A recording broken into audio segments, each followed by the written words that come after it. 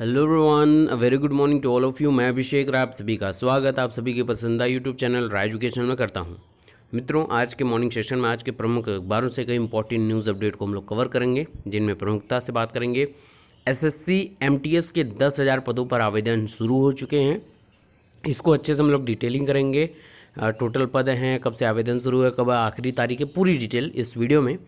दूसरा, बीएड प्रवेश परीक्षा 2019 की जो हुई है उसका रिजल्ट 5 और 15 के बीच आएगा। और संशोधित उत्तर कुंजी के बारे संशोधित उत्तर कुंजी के बारे में भी हम लोग बातचीत करेंगे। 69,000 भर्ती विशेष में कोर्ट की जो अपडेट आई है, कल से ही पूरा माहौल गर्म है पूरे आपके कह सकता हूँ सोशल मीडिया का, उसके बारे में भी स्पष्टीकरण चर्चा होगी। डीएलएड दोनों सत्रों का रिजल्ट जल्द होगा जारी। सचिव परीक्षा नियामक से भी बातचीत हुई है, पदाधिकारियों की, मोर्चा प्रमुखों की, तो उसके बारे में पूरी विशेष चर्चा इस वीडियो में। तो वीडियो बहुत ही खास होने वाला है, वीडियो पे बने रहिएगा अंत तक। और चैनल पर नहीं है तो चैनल सब्सक्राइब जरूर कर लीजिएगा, वीडियो को मैक्सिमम से मैक्सिमम जरूर करिएगा। चलिए वीडियो शुरू करते हैं। तो पहले बात डीएलएड से ही, क्योंकि हमारे जो भावी हैं, हमारे अनुज जो अभ्यर्थी हैं वो बहुत ज़्यादा परेशान हैं, तो उनको जिम्मेदारी हमारी है कि उनको भी इससे अवगत कराया जाए। तो संयुक्त प्रशिक्षु मोर्चा के प्रतिनिधियों को सचिव ने किया आश्वस्त, 2 सत्रों का रिजल्ट इसी सप्ताह होगा जारी। जी हाँ, डीएलएड के बारे में हम लोग बातचीत कर रहे हैं, तो इसको अच्छे से समझ लें। जिलों से अंक पहुंचे हैं, फीडिंग और हाजिरी मिलान की प्रक्रिया जारी है। सचिव ने कहा है कि जिलों से अंक आने में रिजल्ट हुआ है विलंबित, नहीं तो अभी तक रिजल्ट जो हम लोग पहले से ही बता रहे थे वो जल्द आ जाता, लेकिन जिलों से जो अंक हैं वो थोड़ी सी उसमें देरी हुई। तो थोड़ा इसको डिटेल करते हैं और आपको अच्छे समझ में आ जाएगा कि प्राथमिक स्कूलों में शिक्षक बनने का प्रशिक्षण पाठ्यक्रम डीएलएड के 2 सत्रों का परिणाम इसी सप्ताह घोषित होगा। परीक्षा नियामक प्राधिकारी सचिव की सख्ती के बाद सभी जिलों से प्रशिक्षुओं के अंक आ गए हैं। अब उनकी फीडिंग और उपस्थिति मिलान हो रहा है। यह पूरा होते ही रिजल्ट घोषित होगा। सचिव ने कहा है कि जिलों से अंक आने में देरी से रिजल्ट विलंबित हुआ है। और असल में जो आपका जो 2 सत्र हैं, कौन कौन से, डीएलएड 2017 व 2018 के विभिन्न सेमेस्टर के प्रशिक्षु परिणाम का इंतजार कर रहे हैं। लिखित परीक्षा व उत्तर पुस्तिकाओं के मूल्यांकन के बाद अप्रैल माह में परिणाम घोषित करने की तैयारी पहले से थी, लेकिन जिलों से अंक भेजने में देरी हुई है। और दोनों सेमेस्टर में करीब 4 लाख प्रशिक्षु हैं, जो अपने आप में बहुत ज़्यादा है। अभ्यर्थियों का हित प्रभावित हो रहा है, तो जिसको देखते हुए आपके सचिव जी से जो आपके मोर्चा प्रशिक्षु मोर्चा के जो पदाधिकारी लोग हैं उन्होंने बातचीत की, और सचिव महोदय ने उनको आश्वस्त किया कि जल्दी आपका फीडिंग का कार्य चल रहा है और जल्दी आपका शुरू हो जाएगा आना।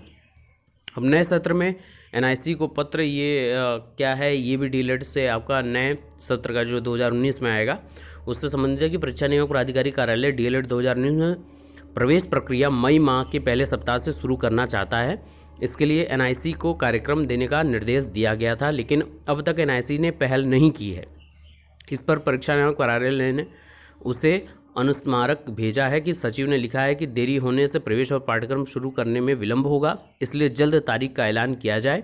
माना जा रहा है कि अगले सप्ताह तक प्रवेश का कार्यक्रम जारी हो जाएगा। तो बने रहिए हमारे साथ, जो भी लेटेस्ट अपडेट होगी आप तक हम पहुंचाते रहेंगे। चलिए बात करते हैं,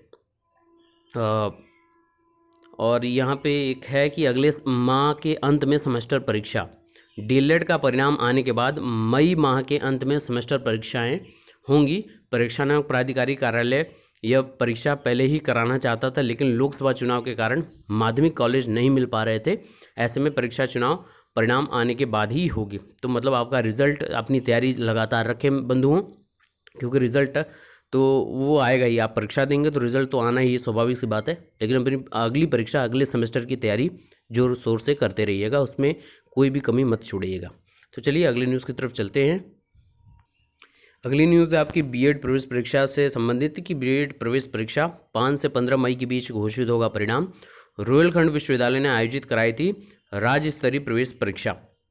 रोहिलखंड विश्वविद्यालय द्वारा आयोजित राज्य स्तरीय संयुक्त प्रवेश परीक्षा का परिणाम 5 से 15 मई के बीच घोषित हो जाएगा।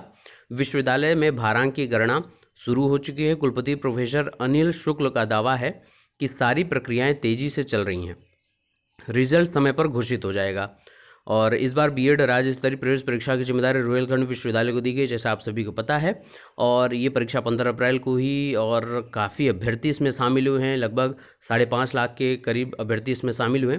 और मूल्यांकन को लेकर विश्वविद्यालय प्रशासन कई दिन पूर्व ही अभ्यर्थियों द्वारा लगाए गए विभिन्न सर्टिफिकेट के भारांक की गणना शुरू कर चुका है, क्योंकि रिजल्ट में भारांक भी शामिल होगा। जो आपने चाहे एनसीसी का लगाया हो, चाहे आपने एनएसएस का सर्टिफिकेट लगाया हो, और जो भी आपके भूतपूर्व सैनिक का है, जो भी चीज़ें हैं, तो उसके अनुसार आपको जो भारांक मिलेगा उसकी गणना पहले ही चालू हो चुकी है मूल्यांकन में। फिर उसके बाद आपकी कॉपियों के मूल्यांकन होगा, ओएमआर का मूल्यांकन होगा, उसके बाद डायरेक्ट आपका रिजल्ट होगा। मतलब रिजल्ट अभी तक बोला जा रहा था 15 मई, लेकिन अब 5 से 15 के बीच में बोला जा रहा है। मतलब काफ़ी तेज़ी से कार्य हो रहा है। और 25 तारीख को आप सभी को पता है, 25 तारीख को आपका आ जाएगा उत्तर कुंजी। तो आज हो गई 23, 2 दिन बाद आपकी उत्तर कुंजी आपके समक्ष होगी। तो एकदम मेहनत से और मजबूती से अपना जो भी स्पष्टीकरण, अगर आपको लगता है कि आपके नंबर बहुत अच्छे अचीव किए हैं, तो अपनी काउंसलिंग की जो भी डिटेल्स है उसको तैयारी अपनी जुट जाइए, डॉक्यूमेंट्स अपना बनाते रहिए। और अगर आप कहेंगे तो मैं एक संभवतः कट ऑफ मेरिट जो संभावित होती है वो बना दूंगा। तो कमेंट जितने ज़्यादा आएंगे उसी अनुसार सारे कार्य होते हैं। आप ही के लिए वीडियोस बनाए जाते हैं, तो आप ज़रूर कमेंट करिएगा।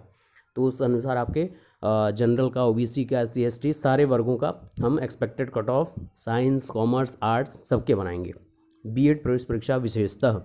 आगे चलते हैं अगले न्यूज़ की तरफ। तो अगला न्यूज़ बहुत इंपॉर्टेंट है, बहुत ज़्यादा इंपॉर्टेंट है कि एसएससी एमटीएस के पदों पर भर्ती के लिए आवेदन शुरू हो चुका है।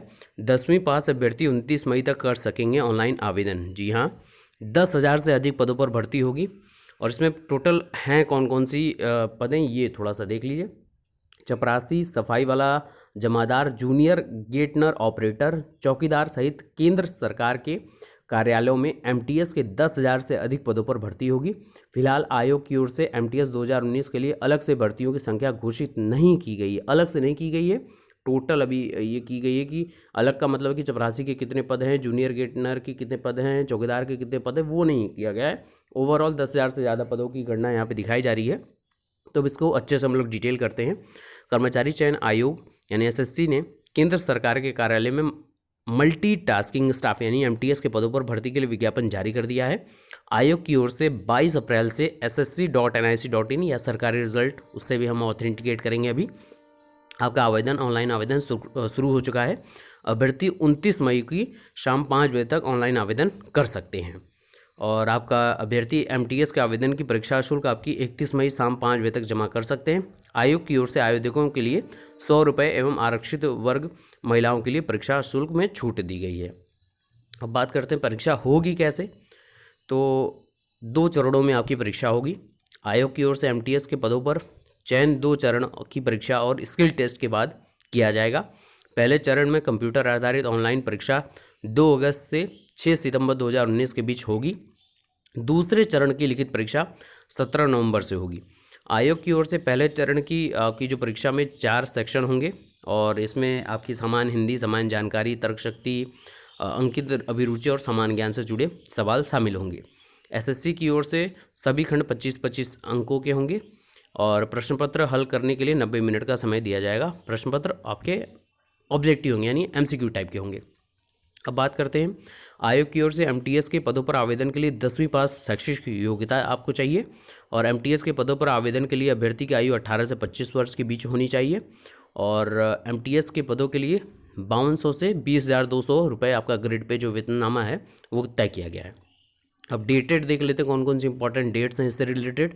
तो आपके नोटिफिकेशन आपकी 22 अप्रैल 2019 को आ चुका है, और आवेदन आपकी अंतिम तिथि 29 मई है। और आपकी 31 मई तक आप फीस पेमेंट कर सकते हैं। और आपका एमटीएस का जो फर्स्ट स्टेज एग्ज़ाम होगा वो 2 अगस्त से 6 सितंबर 2019 के बीच में होगा। और जो सेकंड स्टेज होगा वो आपका लिखित परीक्षा वो 17 नवंबर 2019 को तय किया गया है। तो बहुत इंपॉर्टेंट है आपके लिए, सारी डिटेल आपको पता चल गई इसमें। चलिए बढ़ते हैं अगले न्यूज़ की तरफ। तो ये सरकारी रिजल्ट है। आप सरकारी रिजल्ट से भी इसको ऑथेंटिकेट करते हैं एमटीएस का। सारी डिटेल यहाँ पे आपको मेंशन्ड है, देख सकते हैं। एप्लीकेशन फ़ीस 100 रुपये जनरल ओबीसी के लिए, 22 सबके लिए छूट है। और 22 तारीख से स्टार्ट हो चुके हैं यानी कल से। और आपका लास्ट डेट आपका जैसा दिया गया है, लास्ट डेट टू पे एग्जामिनेशन फ़ीस, और लास्ट डेट आपका 22 मई है। और एडमिट कार्ड आपके जुलाई से आ जाएंगे और एग्ज़ाम आपका CBT जो एग्ज़ाम है आपका 2 अगस्त से 6 सितंबर तक हो जाएगा एग्ज़ाम। टोटल आपका MTS के 10,000 से ज़्यादा पद हैं, 18 से 25 आयु वर्ग है और कक्षा 10वीं आप पास होने चाहिए। सारी डिटेल यहाँ पे मेंशन्ड है। अब इसमें विशेषता 69,000 भर्ती के बारे में थोड़ी सी बात करनी थी मुझे, कि कल से देख रहा हूँ मैं कि शून्य कट ऑफ पे पता नहीं कहाँ से जजमेंट वो लोग हो रहा है कि आपका पहले 40-45 पे किया गया, अब शून्य पे पता नहीं कैसे कर दिया गया, ये कैसे हो रहा है। तो इसको मुझे समझना था आप लोगों से। तो 69,000 भर्ती में 0 पे आ गया है रिज़ल्ट आपका इलाहाबाद हाई कोर्ट का, और इलाहाबाद हाई कोर्ट की तरफ से ये बोला गया है कि हम अथॉरिटी नहीं हैं जो कट ऑफ बनाएं या कट ऑफ के ऊपर निर्धारण करें कट ऑफ का। तो इसको लेके इतना ज़्यादा क्यों हो हवा इतना ज़्यादा फैलाया गया है क्यों? मेरी यही, जब डबल बेंच में आप लोग जा ही रहे हैं, सरकार जा रही है, BTC प्रशिक्षु मोर्चा, B.Ed प्रशिक्षु मोर्चा के लोग, अभ्यर्थी सब एकजुट होकर जा रहे हैं, तो ये 0 कट ऑफ का क्या मतलब है मुझे ये नहीं समझ आता। सरकार जब ये अथॉरिटी आपकी, और दोनों जगह अलग अलग चीज़ें आई हैं आपका, अगर मैं लखनऊ खंडपीठ 40-45 आई है, यहाँ पे 0 पता नहीं क्यों किया जा रहा है, उसी को जस्ट कॉपी करके आपका इलाहाबाद हाई कोर्ट ने भी 40-45 का कर दिया था 29 तारीख को ही। तो इसको लेकर हो हल्ला क्यों मचाया जा रहा है? बिल्कुल पैनिक मत होइए। मैं देखता हूँ कि जो चीज़ फेक टाइप की होती हैं, जो मानसिकता को भ्रमित करने की चीज़ें होती हैं, उसको इतना ज़्यादा वायरल किया जाता है, हम ही आप वायरल करते हैं, गलतियाँ हमारे आप में ही है। और जो चीज़ सही होती हैं, थोड़ा सा स्पष्टीकरण चीज़ें रहती हैं, स्पष्ट चीज़ें रहती हैं, उसको हम लोग अपने तक ही सीमित रखते हैं, आगे नहीं करते हैं, पता नहीं क्यों, ये हमारी मानसिकता है या जैसे भी चीज़ें हैं। तो इतनी स्पष्ट रूप से समझिए, पैनिक होने की बिल्कुल भी ज़रूरत नहीं। आज 23 हो गई है, 24 तारीख तक सरकार ने बोला है कि हम जाएंगे डबल बेंच, तो हम लोग को देख लेना चाहिए 1-2 दिन। उसके बाद फिर BTC प्रशिक्षु मोर्चा के जो लोग करते हैं, उन्होंने बोला है कि सरकार का हम लोग देख रहे हैं कि क्या कदम रहता है। अगर सरकार नहीं इस पर कोई ठोस कदम करती है तो हम लोग तो भाई तैयार हैं ही। आप लोग याची बने हैं। हाँ, एक प्रश्न आ रहा था कि याची बनना क्या ज़रूरी है, तो उन मित्रों को मैं बता दूं, याची बनना बिल्कुल भी आवश्यक नहीं है। बिल्कुल पैनिक मत होइए, और जो भी फैसला आएगा आप सभी पे लागू होगा, चाहे आप याची बने चाहे ना बने। लेकिन एक बात है, आप लोगों को बता दूं, जो आपका 29 तारीख का जो जजमेंट आया था, आप लोगों ने देखा होगा। पूरा जजमेंट आप लोगों ने नहीं देखा होगा, जो लोग बता रहे हैं, पढ़ा किसी ने नहीं होगा, ये मैं पूरी तरीके से जानता हूँ। पढ़े होते तो बिल्कुल भी आप पैनिक नहीं होते। पहली बात, 29 तारीख में 150 से ज़्यादा पन्ने का पूरा जजमेंट आया था। 40-45 पे बोल रहे हैं लोग, मान लिया आपने, ठीक है। लेकिन शुरुआत के 20 से 30 पेज आपने नहीं ध्यान से देखे होंगे। शुरुआत के 20 से 30 पेज तक बस वहाँ पे याचियों की संख्याएं थी। आपने गौर नहीं किया होगा, लेकिन गौर करिएगा। अब अगर आपके पास PDF अवेलेबल होगा, किसी मित्र के पास होगा, उनसे देख के ये देखिएगा कि याचियों की संख्या 20 से 30 पेज तक थी। शिक्षा मित्र जो बंधु हैं उनकी, तो आप समझ सकते हैं कि उतने ज़्यादा लोगों का हित प्रभावित हो रहा था सिंगल बेंच में, तो इसलिए उनके समक्ष ये मजबूती से 40-45 रखा गया। आपने सिंगल बेंच में कितने लोग याची बने थे आप खुद समझते हैं। इस बार डबल बेंच में 1000 से ज़्यादा लोग याची बन रहे हैं। तो देखिए, याची बनने का मतलब होता है कि इतने अभ्यर्थियों का हित प्रभावित हो रहा है, यानी जल्द से जल्द इस पर डिसीजन दिया जाए, और इनके समक्ष, इनके पक्ष में डिसीजन देने का मतलब ही यही बनता है कि मैक्सिमम लोगों का हित प्रभावित ना हो। तो इसी वजह से प्रशिक्षु मोर्चा के लोग ज़्यादा से ज़्यादा लोगों को याची बना रहे हैं, पहली बात। और दूसरी बात, याची बनाने का मतलब है कि आप लोगों से ही, आप लोगों के लिए कार्य किया जा रहा है, तो आप लोगों से ही उसकी सुविधा शुल्क तो ले ही जाएगी। तो वो लेकर आपके लिए अच्छे से अच्छे सीनियर अधिवक्ताओं को हायर किया गया है। जैसे आपके एडवोकेट कालिया जी हैं, उनको हायर किया गया है क्योंकि मजबूती से पक्ष रखा जाए। तो पुनः बता दूं, याची बनने का बहुत इम्पोर्टेंस नहीं है, लेकिन इम्पोर्टेंस ये है प्रभाव पड़ने का। तो प्रभाव पड़ेगा अगर मैक्सिमम लोग याची बनेंगे। तो ये रही सारी स्पष्टीकरण 69,000 भर्ती के बारे में। और बिल्कुल भी पैनिक मत होइए, जितना ज़्यादा हो सके अच्छी चीज़ों को शेयर करें, पढ़ाई करते रहें। और ये थोड़ा सा लंबा खींचने वाला, ये सीधी और स्पष्ट बात है। भर्ती प्रक्रिया थोड़ी सी लंबी खींचेगी, जो है वो स्पष्ट है। और सरकार का क्या पक्ष रहता है, 1-2 दिन में सारी चीज़ें स्पष्ट हो जाएंगी। तो बने रहिए हमारे साथ, जो लेटेस्ट अपडेट होगी आप तक हम पहुँचाते रहेंगे। Stay tuned on Rai educational. God bless you all. Maximum से मैक्सिमम शेयर करते रहें। चैनल पर नए हैं तो चैनल सब्सक्राइब कर लें, ताकि जो भी वीडियोज़ अपलोड हो सबसे पहले आपको उसका नोटिफिकेशन प्राप्त हो जाए। Thank you so much.